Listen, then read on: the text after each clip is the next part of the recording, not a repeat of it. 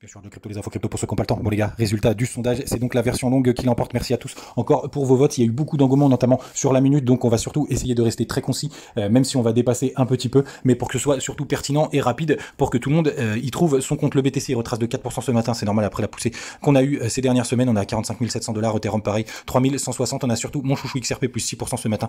Il me fait toujours du bien, mais c'est plutôt rouge sur tous les côtés de la map, sauf Ethereum classique. Il y avait effectivement une belle configuration et qui devait rattraper son grand frère Ethereum plus 7%. Donc quand on va en daily sur le Bitcoin, donc on a bien retracé effectivement, il y a le MACD qui a perdu un peu de force, on va voir si on confirme, parce que c'est toujours pas confirmé cette divergence baissière, parce qu'il faudrait casser ce niveau le plus bas, mais en tout cas ce que je vois ici, c'est qu'il y a quand même la moyenne mobile 200 qui va pouvoir faire office de support. On a déjà un petit peu rebondi dessus, on a surtout la trendline jaune long terme, vous la connaissez, sur lequel on est en train de rebondir, donc ça peut être une bonne zone. On est toujours en tendance haussière, en tout cas en daily, puisqu'on fait des bas toujours plus bas et des hauts toujours plus hauts, donc à suivre. Et comme vous le voyez ici, on a été pas mal repoussé par ma résistance que j'avais tracée à 48 300 $. Quand on va sur le 4 heures, effectivement hier on a cassé la Kijun Weekly Ishimoku, ça c'est un peu dommage, mais on essaie quand même de se reprendre ce matin, toujours cette problématique de volume évidemment. L'alt du jour, et je fais un petit aparté aujourd'hui, puisqu'on m'a posé une question très pertinente. Effectivement, les alts du jour, vous avez deux solutions. Soit vous pouvez les trader directement sur une petite poussée haussière, mais franchement c'est très compliqué, c'est des analyses techniques poussées, etc. Donc ça c'est pas quelque chose que je vous recommande de faire. Moi personnellement, je suis plutôt là sur du